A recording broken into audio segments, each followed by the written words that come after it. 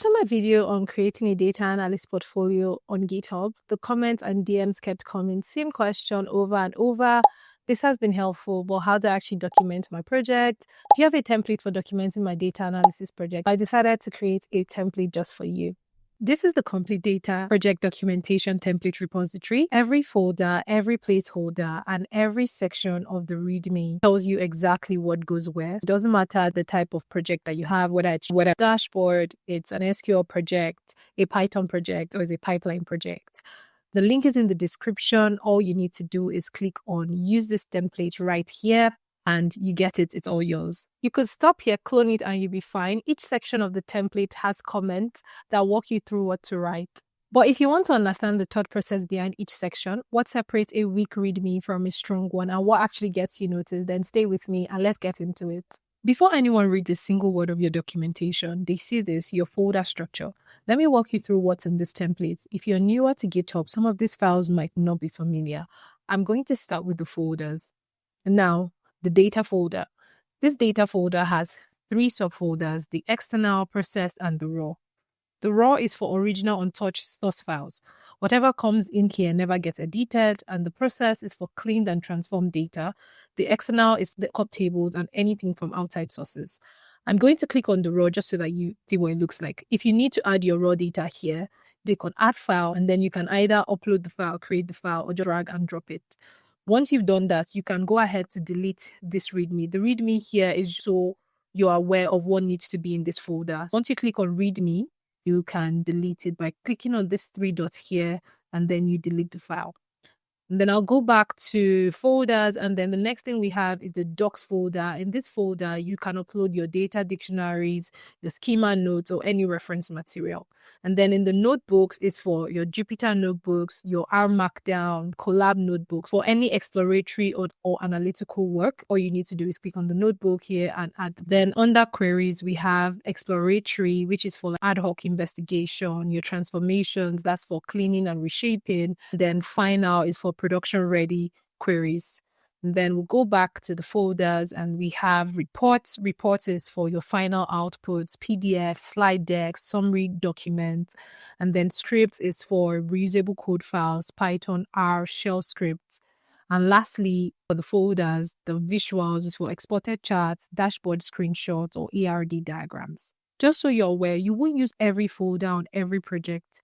An SQL project probably won't touch the notebooks folder. If it's what you don't use, an empty folder makes it look like you copied a template without thinking about just focus on your own project and what you need for the project. Now to the files in the root.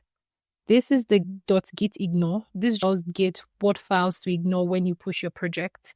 Large data sets, API keys, system files, stuff that shouldn't really be in your repository is usually here. And then we have the how to use.md. These are just instructions for using the templates. You can delete it once you've read it. And then this is the readme.md. This is the main file that people see when they land on your repo.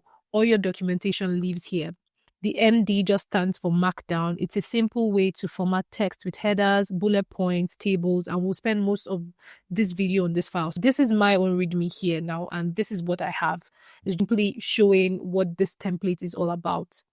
However, for you, the README that you would need to make edits to would be the readme_template.md, and this is what you actually fill in, and it has all the placeholders and guidance built into it. Once you've filled in your own information, you can go ahead to delete this particular one and change the name from readme_template.md to readme.md. So I'm going to click on it so you see what I am talking about, and once I click here on this edit button, I can just change the name once I have edited it. It will now be readme.md instead of readme_template. You must remember to make those changes. And finally, project_metadata.yaml files are optional. They just store information in a way that machines can easily read. It's useful if you're building something that pulls project info automatically. If not, you can ignore it and delete it. The most important thing is that you make sure you read how to use and then you follow it accordingly. Make sure you delete this README, and then this is the one that you would be focusing on. Now let's get into the README template. I'm going to click on it. Usually, most people treat this as a form, the project name, tools that you've used, how to run the code, and that's done. But I really advise that you think about it differently. If you couldn't walk someone through your project in person, would they understand what you did, why you did it, and why it mattered? It's very important that you structure this part like a story. Think about the setup, what's the situation, what's the problem, the constraints there, what are you working with, and what's off the table, the process, how did the data move, what happened to it, the discovery, did you actually find, and then finally the so what should someone do about that? I'm going to show you how each section in the template actually maps to this. At the top is your project title. This is just a one sentence summary. So what did you analyze? What did you build? Or what did you solve? And why does it matter? That's what ought to come in here. And then below that, we have project type flag. These are the different ones here. You just need to check what applies for you. When someone lands on your repo, this tells them immediately what kind of work they are looking at. They can decide in a few seconds if it's relevant to what they are looking for. Make sure that you delete this block before you publish. It's just guidance while you're filling things in. And then we have the table of content that actually directs you to different section of the read. If I click on objectives now, it takes me to the objectives section. Delete the parts that you don't need and keep the part that is needed for your own analysis. Now to the project overview. In this section, you need to make sure that you're giving enough context that the person reading your project wants to keep going. And sometimes this is where we can tend to give enough context in. And that's not because we don't understand the project. It's because we forget that whoever is reading this has zero context. We write something like, this project analyzes sales data to find trends and insights. And that describes thousands of projects. There's nothing to grab onto. But if you position it in a way that actually shows the situation, a real question, then they want to keep reading. For instance, a mid-sized retail business was seeing inconsistent revenue across its regional stores, but couldn't figure out why. This project analyzed 18 months of transaction data across 5 regions to find out whether the problem was sales volume, pricing, or return rates. That way, you're giving them a situation and a problem that they want to keep on going. In the template here, this is broken into 4 prompts. We have the context, the problem statement, your approach, and then the outcome. Fill in each one, then read the whole thing out loud. If it sounds stiff, then rewrite it the way you'd actually say. The next section is the objective section. And the objectives usually tell the reader, the hiring manager, what to hold you accountable to. Everything in your project should trace back to one of them. And the trap I see constantly is objectives that can't fail. Things like explore the data or gain insights or understand customer behavior. Thing is, you could do the laziest analysis in the world and still claim you explored the data. A real objective is specific enough that at the end you can say, yes, I answered this, or I got partway there, but the data had this limitation. Instead of explore the data, try determine whether customer churn correlates with support ticket volume. Identify the top 3 revenue driving product categories across all regions. Each one has an actual answer, and when a recruiter asks you what you were trying to achieve, you always have something concrete to say. The next is the project scope and tools section. It has 2 columns and you have out of scope, time period, and granularity. People always put what is in scope, but not always what is out of scope. So make sure that you don't leave this empty, especially in cases when you've actually excluded maybe a particular region for specific reasons. So you need to write down why you excluded that. Don't leave it empty if you have actually left something out of scope. And then the time period is just what date range does your data cover. And then for the granularity, you have the unit of analysis, row level transactions, daily aggregates. You just spell it out there. For the tools table, just out what you actually used on the project, not everything what you used for that particular project. This section 4 is repository structure. This is more like a reminder to anyone using this as a template. You can go ahead and delete this. It's not necessary. The next section is the data workflow section. And this section shows how data moved from source to output. It's a section that is usually very skipped in most data project documentation. And when it's missing, one can see what went in and what came out, but nobody has an idea what happened in between. And if I can't follow what you did, then I can't evaluate it. This template gives you a simple flow: source, ingestion, cleaning, transformation, analysis, and output. The next section is the data model and schema section. The data model section defines what your fields actually mean and what they represent. For instance, I've seen status in one project mean account status, and then in another project, it meant other status. It's important that you actually define this so that you don't make your analysis ambiguous. This template gives you a table. You have the field name, you have the data type, you have the description, and the example value. For SQL projects with multiple tables, there's an ERD section. That's the entity relationship diagram section that shows how your tables connect visually. There are three options here. The first option is for you to embed an image, upload your image to the visuals, and then you can put the image link here, and then it just shows properly. But I don't have one here. That's why it isn't showing.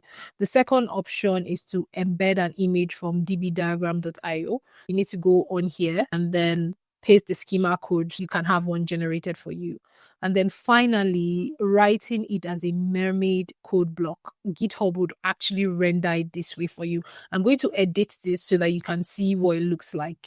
So if I click on edit this file and I go all the way to ERD, here you need to put the URL for your ERD if you have the image. And then for the mermaid one, you need to put in this mermaid, then diagram, and then you put your table name, the different columns that you have in each table, put the primary key depending on what you have. And once you fill in the information and how it's connected, this one here, orders to customers, orders to products, and then you can go ahead to save that. That's all it's now. So you have the three options. You can use either your own image that you already have. You can go to dbdiagram.io, and then you can use the mermaid diagrams. It shows how it's all connected. Then you also have the table relationship summary, relationship, the join key, the type of relationship that your tables have. And then onto the next section, which is the analysis and metrics. And before you tell someone what you found, you need to tell them how you measured it. Something I see very often is that people define metrics in code. For instance, they have this formula and they call it a definition, but that's just the formula. It doesn't tell what the number means or why you picked it. This template has a metrics table with 3 columns. You have the metric name, plain language definition, and why it matters. That way you can give a better explanation. Let's take, for example, customer return rates. That just shows the proportion of transactions in a given period flagged as returned. And then you can say how it is calculated and why it matters. The formula goes in your notebook or query file. The explanation of what it means goes here. This is the insight section, and in this section it's important that you don't just write your observation. It's important to write what you found and what it actually suggests. That's why in this template each insight gets a short headline and then you write a paragraph underneath it. Someone's key main should get the point from the headline alone. The paragraph details to it. 3 to 6 strong insights. You don't need too much. Then the recommendation section. If your README ends at the insight without saying what to do about them, it feels unfinished. The template has a table for priority, recommendation, what the insight is based on, and who should own it. But depending on the type of project that you're dealing with, you might not always have the suggested owner. The next section is assumptions and limitations. Many times we skip this, so we write non-known and move on. But the thing is that in the real world, every data set has gaps. And if you write known, the person looking at it might be thinking you didn't look hard enough. And this template separates this into 2 lists. So assumptions, what you treated as true without verifying, and limitation, what gaps exist and what was out of scope. Those are things that you have to think about. And writing this doesn't weaken your project. It just shows you understood what your data could and couldn't tell you. That's what this is for. Section is the future enhancement section. This is for future enhancements. Maybe there's a gap in the project that you're looking to make changes to in the future. Maybe you want to automate data pulling from CSV, or you want to rebuild the regional comparison as an interactive dashboard. Things that you want to enhance in the future. It's not a necessary section. You can get rid of it or you can keep it depending on what you want to do. And then the deliverables table is very simple. It's what you produce, what it contains, and where it is in the repo. Maybe a dashboard, the description, something brief, and then where you can find it in your repository. But then again, this is also not a compulsory section that you need to have. The 12 and 13, they're not compulsory at all. Keep them or remove them. And then the author section, this is your name, your role, current or target role, your LinkedIn URL, as well as your portfolio or GitHub profile URL, and then your email. And lastly, we have the last updated show when you updated the project or your README. That's what that is for. Once you click on the link for this template, all you need to do is click on use this template right here. And once you click on that, it would ask you if you want to create a new repository or open a new code space. You can go ahead to click on create a new repository, and then in your repository, the description, and then create. I'm going to just do a test so that you can see. So test, and then description is going to be test again, and then I'll create repository. Takes a couple of minutes, and then you have this, and this is what you would have. Because I created this one, the first thing I will go ahead to do is I'll delete this README file just so that it doesn't cause any confusion. I would click on this three dots here and delete file and commit the changes. So I'll commit that. I don't have that anymore. I'll go ahead to rename this particular one, README underscore template, to my README file. So I'll just change that to README.md, and then I'll commit the changes. I'll just commit it. I'll go back to test just to make sure that everything is looking good. And yes, it is looking good because now I have the README template exactly where I want it to be. So that's exactly how you can use this as well. So you can remove all the parts that you don't need and keep all the parts that you actually do need. Here's something that I want you to take from this. Most people usually document their project after it is done. They finish the analysis, you get tired, and they want to move on from it. You quickly write up something in your README. The issue with that is sometimes the context has completely faded away and you're just writing things because you have to write it, not necessarily documenting it how it has happened. I really advise that you document as you go. On the first day of your project, make sure that you are writing in the README, you're writing the overview, you're writing the objectives. As you go, you update your workflows, your limitations that you experience. You also draft your insight as you go. That way, you're able to document in the best possible way because you're doing the work and you're documenting. It also helps your analysis as well because once you have that documentation, you sort of know what you're doing. You know how to go about the analysis. It's really important. The template link is in the description. Click on use this template and it becomes yours. Make sure that you delete the comments and the content that you don't need. Fill it in with your own comments and your own content. And then you can show people, you can show recruiters, you can show hiring managers. And if you found this video helpful, don't forget to like, share, and subscribe. And you can also drop a comment about the projects that you're working on right now. I would love to read about them. And I'll see you in my next video. Bye for now.